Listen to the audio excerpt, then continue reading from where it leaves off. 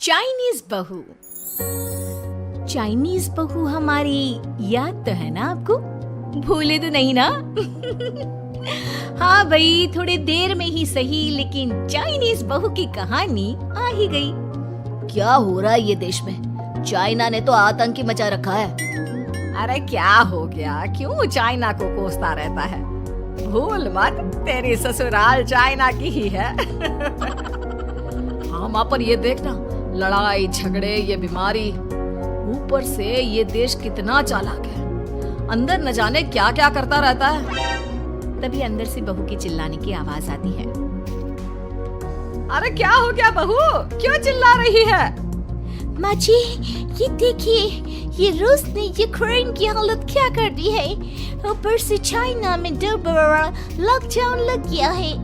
माँ जी, अब क्या किया जाए? अरे तो तुम लोगों को क्या परेशानी हो रही है, मैं तो यही नहीं समझ पा रही हूँ। तो क्या है ना माँ, हम लोग चाइना जाने की सोच रहे थे। सांगसू के भाई की शादी है। तो क्या? अरे कौन सा उन लोगों के यहाँ भाई घोड़ी चढ़ता है जो बहन काजल लगा कर नेक लगी? माँ जी, उसकी आंखें बहुत छोटी छोटी है, उसमें या तो पुतली रह सकती है या काजल। साले की पुतली निकाल कर काजल लगा दो, अंधा कहीं का। क्या क्या बोले तुम मेरे भाई के बारे में? अरे नहीं नहीं बहू, वो तो बोल रहा था कि तुझे नेग मिल जाएगा। हैं, बहन है ना तू उसकी। नहीं नहीं माँ जी, मैं सब समझती। ये मेरे भाई का मजाक बनाते रहते। कितना सीधा है मेरा भाई, बिल्कुल छिपकली जैसा। नहीं नहीं बहू, सीधा गाय जैसा होता है।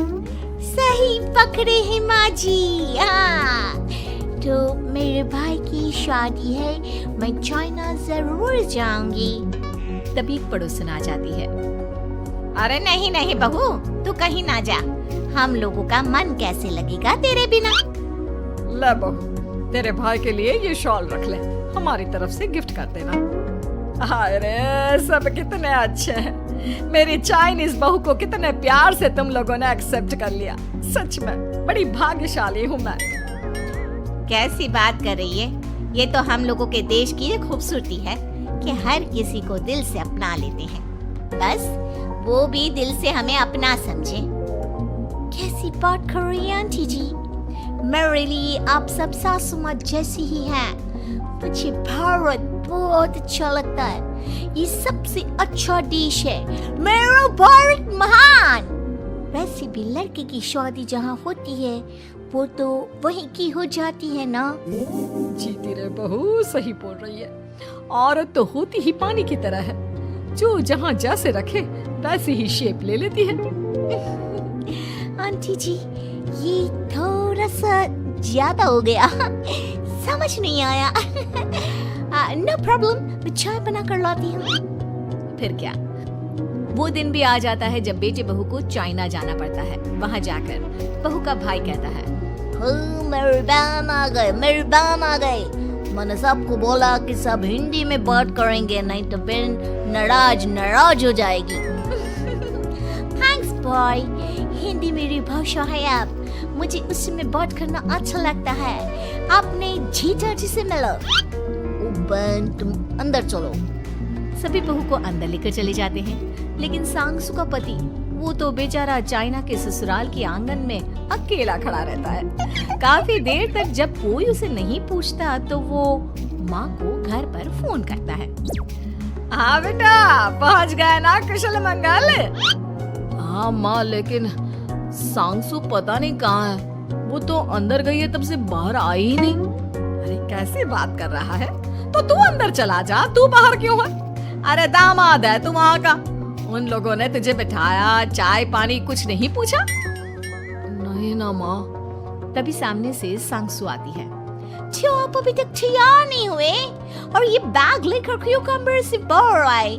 इसे वहीं रख देते। कमरा? कौन सा कमरा? अरे कैसी बात कर रही हो? जब से तुम अंदर गई हो मैं बाहर ही तो खड़ा हूँ। बहू को बहुत हैरानी होती है और गुस्सा भी आता है। तभी उसका भाई और माँ आ जाते हैं। और सांगसू, अंदर खाना लग गया है। पहले ये बताओ कि मेरे पति को किसी ने खाना या पानी क्यों नहीं पूछा? वो भारत से ससुराल पहली बार आया है, वो भी मेरे कहने पर। उनकी इज्जत क्यों नहीं की?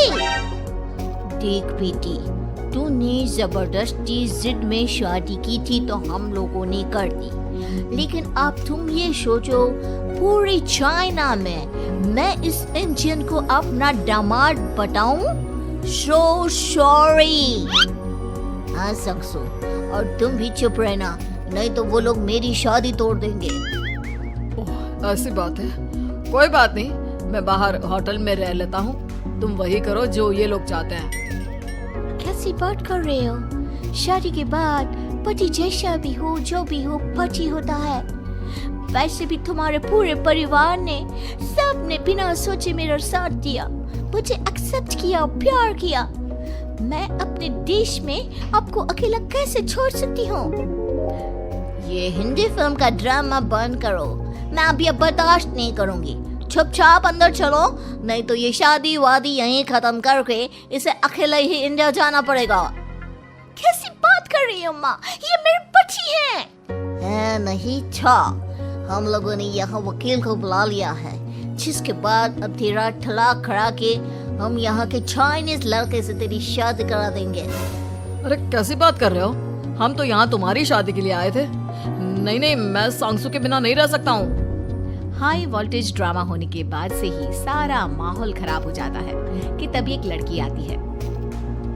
मैंने सारा इंतजाम कर दिया है, सांगसू की शादी का मंडप परसों लग जाएगा। तब तक इसके पति को कमरे में बंद कर देते हैं। सभी सांगसू के पति का हाथ बांधकर उसे कमरे में बंद कर देते हैं। ये क्या कानूनी है?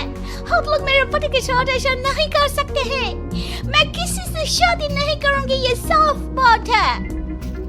पहले मैं अपनी शादी करूं, फिर तेरी भी शादी करवा दूंगा। सब कुछ तय हो जाता है, भाई की शादी हो जाती है। फिर वो दिन भी आ जाता है जब सांगसू की शादी वो लोग जबरदस्ती करने के लिए उसे मंडप पर ले जाते हैं। ऐसा मत करो, ये मेरी बीवी है। मैं किसी से शादी नहीं करूंगी। कैसे नहीं करेगी शादी? शादी तो तेरा बाप भी करेगा। हो, मैं करूंगा शादी। प्लीज कोई मेरी शादी किसी अच्छा औरत से करवा दे। चाप, बिल्कुल चाप। फिर माँ सांगसू और उसके पति से कहती है, तुम लोगों का बच्चा मेरी कैद में है। अगर तुम लोगों ने कोई भी होशियारी की तो मैं इस बच्चे को मार दूंगी। दोनों माँ का रूप देखकर हैरान हो जाते हैं। बच्चे की खातिर दोनों शांत हो जाते हैं और शादी की रस्में शुरू हो जाती है कि तभी सांगसू की सास पुलिस के साथ आ जाती है। माँ, ससुर माँ आ गई, मेरी माँ आ गई। माँ प्लीज हम लोगों को बचाकर वापस ले चलो। पुलिस सभी को गिरफ्तार कर लेती है। बेटी के बच्चे को मारने की धमकी तो कोई चुड़ैल ही दे सकती है। अरे तो ये चुड़ैल ही तो है। ये सही बोल रहे हैं, ये औरत किसी चुड़ैल से कम नहीं है। तभी उन लोगों का बच्चा भी आकर सांगसू के गले लग जाता है।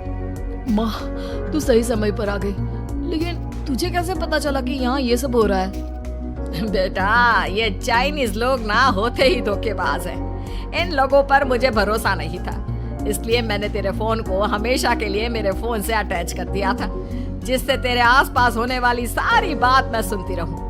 उस दिन भी मेरी तेरी बात हो रही थी तो तेरा फोन ऑन था, मैं सब समझ गई थी। मुझे माफ कर दो। नहीं, बिल्कुल नहीं। चलिए माँ जी, इंडिया वापस चलते हैं। आज के बाद मैं यहाँ कभी नहीं आऊंगी।